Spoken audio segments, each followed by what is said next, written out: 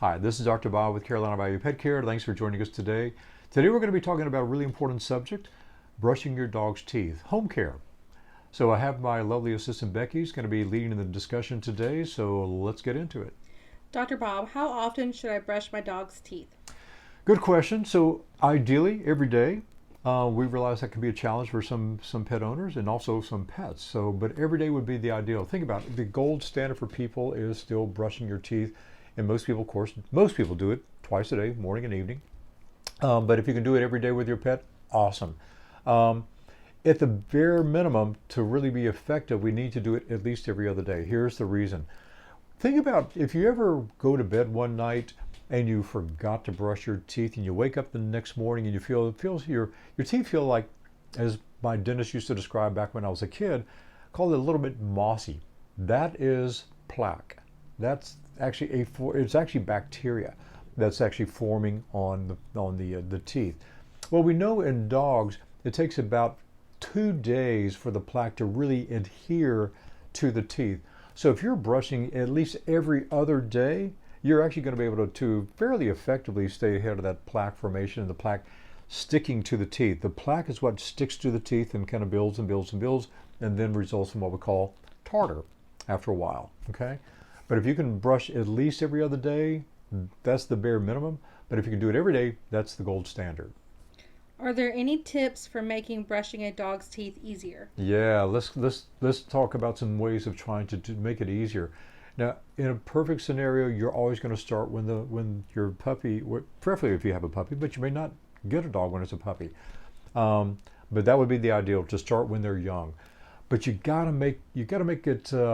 You don't want to make it sort of a traumatic to them. But you do want to make it in some way that you can make it a little bit more playful or a little bit more fun. And this is where, if you can get some peanut butter, or if you can get, we use canned cheese also at our clinics to give to dogs.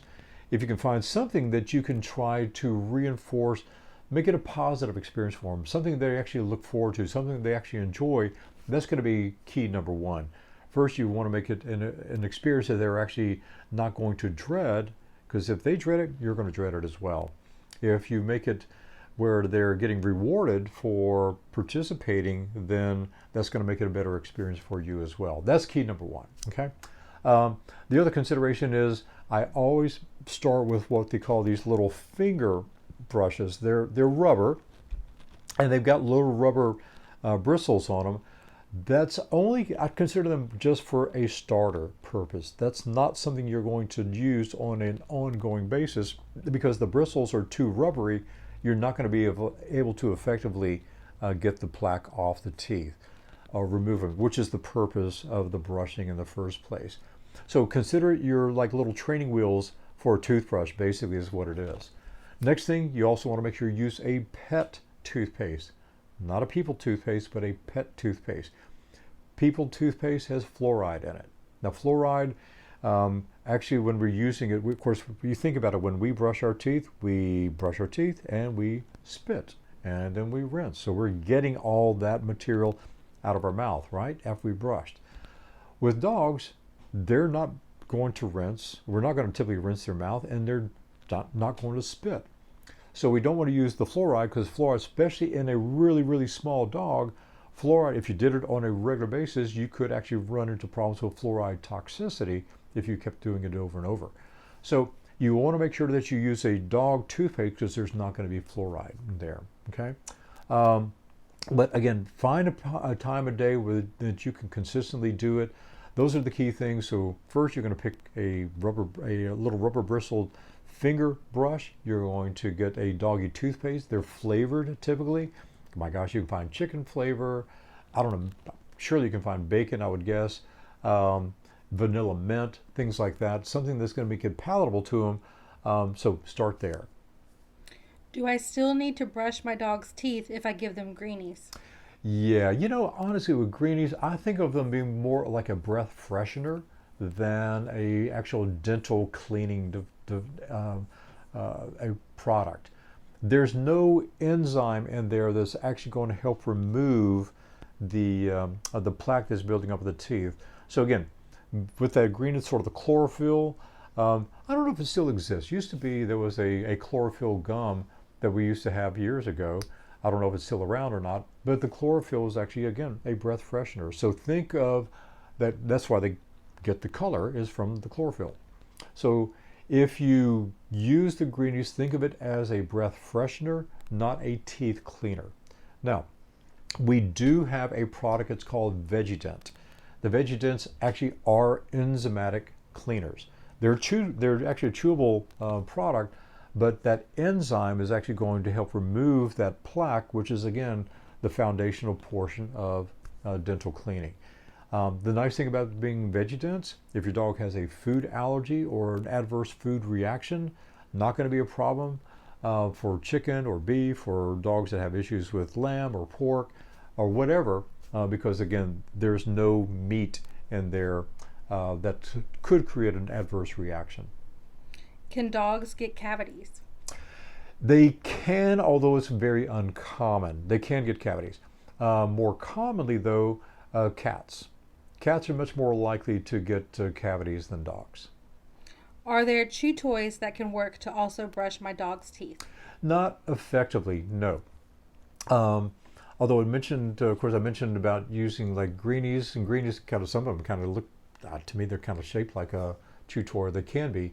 But no, there's really no chew toy that can be effective for that. Now, I will suggest rawhides can be beneficial. The same company that makes the VeggieDents, they also make a rawhide that's also an enzyme-coated rawhide that also can be very beneficial because it's that chewing action that is actually going to help remove that plaque on the teeth. But you want to get an enzymatic cleaner. So that's why chew toys don't have that, of course. It's just a chew toy. So it's really not going to help with the teeth. So let me make this really clear. This is my opportunity to kind of make my little rant about milk bones and milk bone type trees. They do not help clean the teeth. A milk bone really is really not that much different from giving your dog kibble. And dog kibble is not designed to clean your dog's teeth. Yeah, it's hard, but the way it works, it just crushes as soon as they're of course, a lot of dogs just kind of swallow and don't even chew the food. It crushes on when they bite into it, and there's no way that's going to clean the teeth at all. So please, please, please do not be giving your dog milk bones. They do not help keep the teeth clean. They add a lot of unwanted calories, and that can be a big contributor to some of the obesity issues that we see in dogs. So if you're going to use something for your dog's teeth, either use like the VeggieDents that we have, or use gosh, I'm trying to think of the brand name, CET Chews that are enzyme chew. They can be really effective. One other consideration, one last word about rawhides. Again, I don't have any problems with people trying rawhides. Just make sure they're from North America and that you're not getting them that are coming from Asia. So if you look in the bag, you can see really quickly if it's made in North America or if it's made in Asia or somewhere overseas. If it's made overseas, put it back on the shelf because again, there are potential for toxins in those particular products.